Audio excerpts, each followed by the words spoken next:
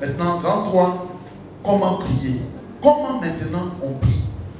On a parlé de la prière et on a dit prier, c'est parler à Dieu. On a vu qu'il existe plusieurs types de prières. Maintenant, allons-y avec notre texte de base. Le texte de base que nous avons pris. Luc chapitre 11, verset 1 à 4. Il priait un jour, à un certain lieu.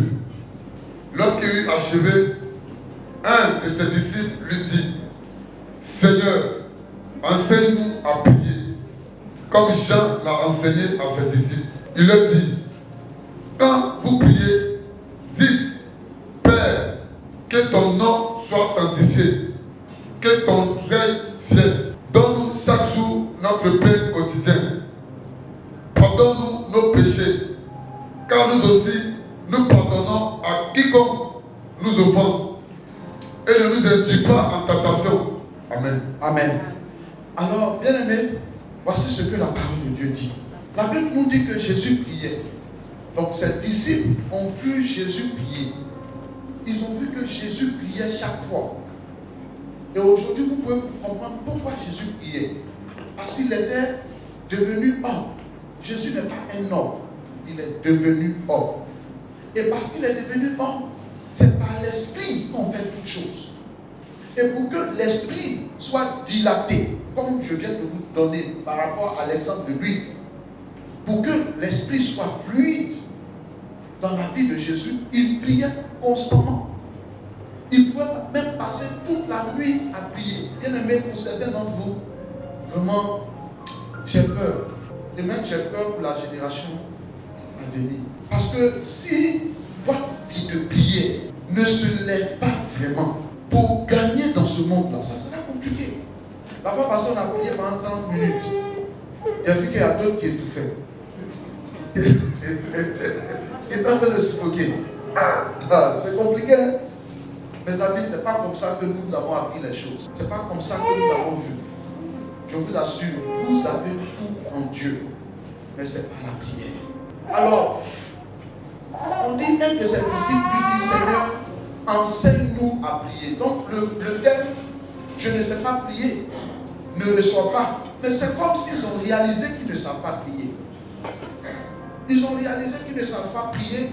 Et donc, ils ont demandé à Jésus de leur enseigner. Bien aimé, on peut apprendre à prier. Il dit, enseigne-nous à prier comme Jean l'a enseigné à ses disciples. Et donc, à la réponse de ce disciple, Jésus va leur montrer comment on prie. Et c'est comme ça aussi, chacun de nous, nous devons, n'est-ce pas, apprendre à prier. Jésus va leur montrer comment on prie.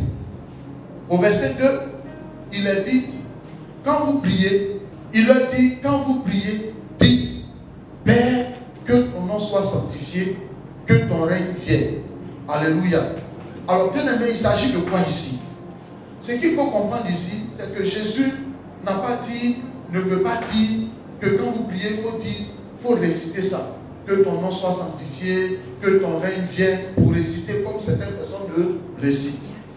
C'est vrai que c'est une prière, mais Jésus avait une idée derrière la tête. Qu'est-ce que Jésus leur dit? Il a dit par exemple, quand vous priez, dites Père, que ton nom soit sanctifié, que ton règne vienne. Verset suivant. Donne-nous chaque jour notre pain quotidien. Ensuite, pardonne-nous nos péchés, car nous aussi nous pardonnons à quiconque nous offense, et ne nous induis pas en tentation. Amen. Donc, qu'est-ce que Jésus voulait leur faire comprendre? Jésus voulait leur faire comprendre que ce n'était pas une question de réciter. On prie Dieu avec son cœur, mais Jésus voulait leur montrer simplement quoi? Le processus. Prier est un processus. J'ai dit quoi? Prier c'est quoi? C'est un processus. Alléluia. Alors quand on dit prier est un processus, qu'est-ce que ça veut dire? Il y a des étapes à observer. Jésus lui-même a dit quoi? Quand vous priez, ne multipliez pas de vaines paroles. Car il y a des personnes qui pensent que lorsqu'ils prient, lorsqu'ils multiplient les paroles qu'ils tuent dans la prière, c'est là que Dieu va les exaucer. Non, on n'a pas besoin de multiplier les paroles. Vous allez voir qu'en assemblée, quand on dit à quelqu'un, remarquez, je vous dis, c'est par expérience, le monde est déjà fait. Et actuellement, nous utilisons les résultats pour avancer. Est-ce que je parle à quelqu'un? Alors, quand vous voyez une personne, quand on est ensemble, et puis il prie beaucoup, c'est une personne qui ne prie pas. lui-même, il ne prie pas en privé. Tous ceux qui prient sérieusement, quand ils sont seuls, ils prient lourdement en public. À partir d'aujourd'hui, faites la remarque. Vous allez voir que tu allais dire de prier. Ils vont prendre la parole, prier jusqu'à... Ils ne prient pas. Une telle personne, je vous assure. C'est-à-dire, quand il est rentré dans l'atmosphère, il a commencé à sentir l'esprit. Donc, il veut profiter. On n'a pas besoin de choses. On te dit de prier. Par exemple, prie pour tant. Voilà. On dit par exemple, prions par exemple pour l'extension. Voici le sujet. Prie pour l'extension. L'extension, c'est le fait d'établir des annexes. Père, nous voulons te dire merci. Nous voulons recommander l'extension en tes mains. La Bible dit que c'est toi qui fais grandir les choses. Et dans ta main. Et permet que l'extension se réalise. Permet que l'extension soit réalité. Que tout esprit qui s'élève contre l'extension soit renversé, paralysé. Au nom de Jésus, nous avons prié. Amen. C'est fini. Donc, il faut comprendre que c'est un processus. Alors, c'est ce que Jésus voulait faire comprendre. En disant que quoi? On a dit quoi? Il existe plusieurs types de prières. Mais dans le processus de la prière, on peut mélanger ces types de prières. C'est ce qui fait que notre prière dure. Sinon, notre prière ne dure pas parce que nous répétons les paroles. Non.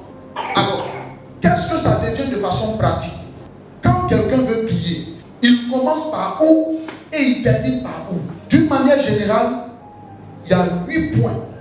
Chaque fois que tu veux prier, quand je parle de prière, je veux parler des prières, des vraies prières. Parce qu'il y a des prières un peu simples. Il y a des prières où on a dit, il y a 7 points de prière, n'est-ce pas? 7 types de prières. Il peut arriver que tu veux faire un combat. Amen. Tu veux faire un combat, mais quand tu veux faire un combat, tu ne vas pas aller faire tout ça, non. Tu rentres rapidement. Imagine-toi, le diable vient, quelqu'un vient attaquer ton enfant, tu sens que tu dois rentrer en combat. Tu vas pas te dire, non, rapidement, tu attaques avec la prière de combat. Donc tu fais un combat ici. On dit la prière, donc tu prends autorité. Dans le combat, c'est la prière d'autorité au nom de Jésus. Tu prends autorité sur ce qui se passe, sur ce que tu es en train de voir. Est-ce que je parle à quelqu'un? Alors, mais, il faut savoir que tout chrétien a au moins 2 moments de prière importants. Et dans ces 2 moments de prière, il faut respecter cela. Il faut respecter l'ordre. Alors, quels sont ces 2 moments? C'est au lever du jour et à la tombée de la nuit. Amen. Au moins 2 fois à prier par jour. C'est-à-dire matin, avant de sortir. Voilà pourquoi on te demande cultive. On vous a dit au GRB par exemple, on vous a dit se lever tôt doit être l'habitude, une habitude du chrétien. Tu sais que tu dois être au travail à 8h ou bien à 7h30. Donc cela veut dire que tu dois prendre des dispositions pour pouvoir te lever, pour observer ce temps. Donc si tu dois être au travail à 7h30, cela veut dire qu'à 5h, tu es déjà levé. Ou bien même à 4h30. C'est ça la vie chrétienne. Quand Jésus dit prenez sur vous mon joug, et mon fardeau est léger. Donc ce sont des petites contraintes comme ça. Et là, c'est non négociable, il n'y a pas autre chose. Tu dois. Or, c'est ce qui manque à beaucoup de personnes. Donc, il y a 2 temps de prière normale. Avant d'aller, n'est-ce pas, au travail, et puis avant de te coucher. Avant de te coucher. Donc, quand tu t'es levé, tu dois le faire. Et quand tu vas te coucher, maintenant, il y a des moments où tu peux prier simple parce que tu es fatigué. Et puis, dans la nuit, tu te lèves. Donc, voici comment le processus pour pouvoir prier. Il y a 8 points que tu dois observer. Premièrement, on a dit quoi? La première chose à faire, c'est louer Dieu. Lui dire merci, glorifier son nom.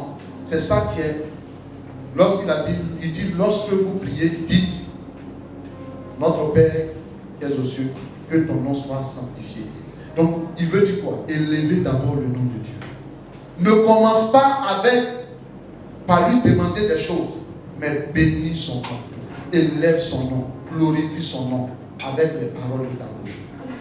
Comprenez une chose aussi.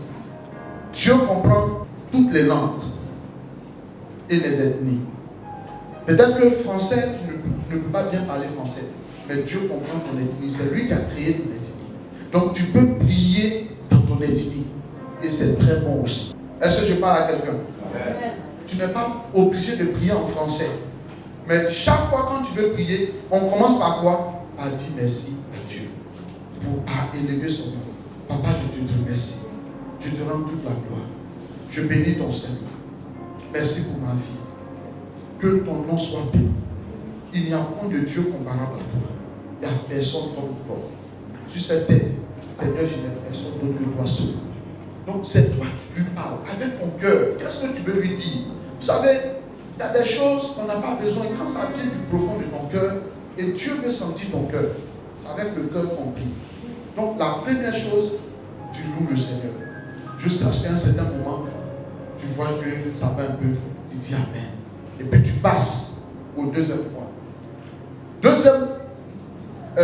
Deuxième point, lorsque tu es en train de prier, tu fais quoi? Tu demandes pardon à Dieu pour tes péchés. Là, tu appliques la prière de repentance. Pourquoi il faut demander pardon à Dieu? Parce que la même Bible nous dit que ta prière peut être récalée. Donc pour ne pas que ta prière, imagine-toi, tu n'as pas commencé par demander pardon, tu as prié beaucoup avant de venir demander pardon.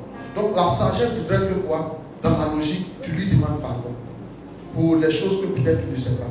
Peut-être quand tu dormais, tu as dit n'est pas Dieu, tu l'as insulté. Il y a d'autres qui parlent la nuit. On ne sait pas. Gloire à Dieu. Donc tu lui demandes pardon pour ce que tu sais. Et même pour tout ce que tu ne sais pas. Alléluia. Et quand tu lui as demandé pardon, dans le même pardon là, tu invoques le sang de Jésus parce que la Bible dit quoi? Sans effusion de sang, il n'y a point de pardon. Donc tu as demandé pardon, mais il faut que le sang de Jésus te lave. Donc tu dis Seigneur, je demande pardon pour moi-même. Pardonne-moi. Si j'ai mal parlé, si j'ai fait des choses qui ne sont pas à la gloire de ton nom. Bien sûr, parce que souvent même tu ne sais pas si tu as fait des choses. Mais la parole de Dieu dit, si quelqu'un qui n'a rien fait et que lui il est sans péché, c'est qu'il est menteur. Alléluia. C'est vrai que par moments, on n'est pas dans des choses, mais c'est Dieu seul qui connaît. Donc il faut être assez humble pour demander pardon. Est-ce que je parle à quelqu'un? Donc tu demandes pardon à Dieu et tu demandes au sang de Jésus de te laver. Amen. Amen. Troisième point. Alors, une fois que tu as demandé pardon, qu'est-ce que tu fais? Tu vas faire la prière de quoi? D'édification personnelle. Et là, tu invites le Saint-Esprit à venir te remplir. Saint-Esprit de Dieu, viens s'il te plaît. Viens prendre. Tu lui as demandé pardon. Tu lui dis, viens prendre le contrôle. Viens remplir ma vie. Amen. C'est ça qu'on appelle la prière d'éducation personnelle. C'est à la troisième position qu'on fait ça. Parce que sans le Saint-Esprit, s'il n'est pas là, il dit si Dieu n'est pas avec toi, si Dieu ne bâtit pas, si ce n'est pas lui qui prie, tes prières seront vaines, tes déclarations seront vaines. Il faut que sa présence soit là. Et il accompagne tout ce que tu dis. Tout ce que tu dis, aucune de tes paroles ne va tomber à terre parce qu'il est présent. Est-ce que je parle à quelqu'un? Donc, quand tu as demandé pardon, le troisième point, c'est le Saint-Esprit. Si tu parles en langue, pour qu'il commence à monter, pour qu'il commence à être réchauffé en toi. Est-ce que je parle à quelqu'un? Et celui qui ne parle pas en langue, nous l'avons dit, dis-lui simplement, Saint-Esprit, remplis-moi de toi, inonde ma vie de ta présence, car sans toi, je ne peux rien, je ne suis rien, je ne vaux rien, je ne connais rien. Seigneur, me voici, ma vie est en tes mains, remplis-moi de toi, remplis-moi de toi, avant même de commencer un combat quelconque. Parce que c'est avec lui que tu es fort. La Bible dit, nous sommes ouvriers avec lui. Donc il faut la prière d'éducation personnelle d'abord. Quatrième point. Une fois que le Saint-Esprit est rempli, tu sens qu'il est présent dans ton cœur. Le quatrième point, qu'est-ce que tu fais? Tu prends autorité sur tout programme de puissance des ténèbres sur ta vie. Donc ici, c'est le combat. Tu engages le combat parce que tu n'es pas seul. Il est avec toi. Alléluia. Donc tu vas prendre l'autorité pour... Tu prends autorité sur quoi? Sur tout. Tu ne sais pas. Nous avons vu dans la Bible que eux, ils reviennent chaque soir. Comprenez que sur cette terre des hommes, il n'y a pas que toi seul. Il y a des adversaires. Toi, tu n'as rien fait. Tu ne penses même pas de mal aux gens. Mais d'autres te veulent du mal. D'autres ne veulent même pas que tu sois dans la joie. Quand tu es à l'aise, ils veulent te voir triste, toujours triste. Et donc eux aussi, eux, ils ne pensent pas à eux-mêmes. Mais tout ce qu'ils font, donc quand tu ne sais pas, tu prends autorité. Chaque jour, tu te lèves. Je me tiens dans le sang de l'agneau de Dieu. Et je viens contre tout programme de Satan et ses démons. La Bible dit pendant qu'il dormait, l'ennemi vient et sème. Seigneur, si quelqu'un, durant cette nuit de repos, a sémé quoi que ce soit, a ordonné, mandaté, décrété. Donc, ce n'est pas une prière récitée, mais je parle avec mon cœur. Parce que je sais qu'il y a des méchants sur la terre. Donc, je me lève et je prends autorité. Mais parce que je ne suis pas seul, ce que je suis en train de dire, le Saint-Esprit amplifie ça. Et les anges sont au contrôle, n'est-ce pas, pour pouvoir quoi, exécuter la chose. Est-ce que je parle à quelqu'un? Donc tu prends autorité. Je renverse tout programme, leurs pensées, tout incident, tout accident, toute maladie, tout ce qu'ils ont sémé et qui doit pousser dans ma vie, se manifester dans ma vie aujourd'hui. On le fait chaque jour. Chaque jour. Chaque jour. On prie comme ça. Alléluia. C'est comme ça qu'on fait, bien aimé. Et c'est ce qui va faire que tu vas faire 1 heure, tu vas faire 2 heures. Sinon, si tu ne fais pas ça, c'est compliqué. Amen. Donc, 4e point, on prend autorité. 5e point, après avoir pris autorité, 5e point, tu présentes maintenant tes requêtes. Tu fais tes demandes. Il dit dans sa parole, ne vous inquiétez de rien. Mais faites connaître vos besoins. Tu as des besoins. Il y a des choses que tu veux voir. Ne te fatigue pas. Ne te lasse pas. Continue à dire à Dieu, souviens-toi de moi. Seigneur, pour mon projet. Seigneur, pour mon travail. Seigneur, pour mon mariage. Seigneur, pour mon enfant. Seigneur, pour ma santé. Donc tu lui présentes quoi? Tes requêtes. On n'a pas besoin de s'inquiéter. On lui présente nos requêtes. Si tu as des soucis, ce que tu veux, demande-le lui. Une fois que tu as fini de prier pour toi-même tes requêtes, ce n'est pas fini. Le 6e point, c'est l'intercession maintenant. Prie pour les autres. Prie pour l'église. Prie pour les membres de ta famille. Prie pour les membres de ton petit groupe. Et là, un chrétien doit avoir, un bon chrétien de dire, un bon chrétien, souvent tu dois avoir un carnet. Tu n'as même pas besoin d'aller dire aux gens. Tu es là, tu marches, tu vois telle personne, tu prends son nom. La personne est trop triste, je ne sais même pas ce qui s'est passé. Il y a des personnes qui s'amusent. À chaque fois, demander ce qui se passe dans la vie des autres. Gens pour se moquer. Mais que dit la Bible? La Bible dit celui qui augmente sa science, augmente sa souffrance. C'est-à-dire, tu veux savoir, tu veux qu'on te dise tout. Mais une fois qu'on t'a dit là, toi tu fais quoi avec ça? Tu dois prier. Donc ça devient un problème encore. Est-ce que je parle à quelqu'un? Donc, en tant que mari, tu dois avoir un cahier, un carnet. La sœur Gisèle, ce qui se passe dans son foyer. Et quand tu arrives, voici les choses que Dieu veut voir. Voici les choses que Dieu veut voir. Priez pour l'église, priez pour les responsables, priez pour tant. Et quand une personne, les frères intercesseurs ne viennent jamais. Non, je prie pour toi, je fais ça. Non. On ne fait pas ça. C'est Dieu. Et c'est ce qui rend ta prière efficace. Est-ce que je parle à quelqu'un? Oui. Tu vas au travail, tu es quelque part, tu constates que tu es pris parce que tu peux oublier. On dit tel est malade, tu es qui? C'est tout ça qui fait qu'on peut passer 1 heure, 2 heures, 3 heures dans la cuisine. Sinon, on ne dit pas beaucoup de choses. Non. On ne répète pas. Est-ce que je parle à quelqu'un? Donc, tu dois avoir un cahier d'intercesseur. J'ai vu une fois, parce que c'est rare, une sœur, elle était dans l'église. Mais elle était engagée. C'est vrai qu'elle travaillait, elle faisait des petits boulots, tout ça. Et puis le Seigneur a ouvert un jour la porte. Vous savez, Dieu récompense. Dieu. Il a ouvert la porte. Il y a une personne qui est quittée aux États-Unis. Et la personne est venue la prendre. Je connais cette personne personnellement. La personne est venue, elle dit c'est quoi? A changé sa vie. Pour la première fois qu'elle arrive aux États-Unis, elle a appelé, elle dit ah, États-Unis, je dis où? Non, c'est comme ça même elle a dit. Pour dire que quoi? Quelqu'un qui ne savait pas. Mais pourquoi je vous dis ça? C'est lorsqu'elle est partie, que dans ses bagages qui étaient restés, on a pu voir son cahier d'intercession. Combien de personnes sont capables de faire ça? Pour la sœur, non. Pour les sœurs. Et puis les prières. Ok. Non. Elle est là. Elle n'est pas là pour faire des commérages. Lorsqu'elle voit que quelque chose, elle se positionne comme intercesseuse. Et elle prie. On comprend aujourd'hui pourquoi Dieu, n'est-ce pas, elle-même que personne, dont personne ne faisait cas. Personne ne pouvait imaginer, personne ne pouvait pronostiquer. Pendant ce temps, les personnes ne vont pas, ils veulent qu'on les blague. Je te vois ensemble, je te vois. Et puis après, ils sont découragés.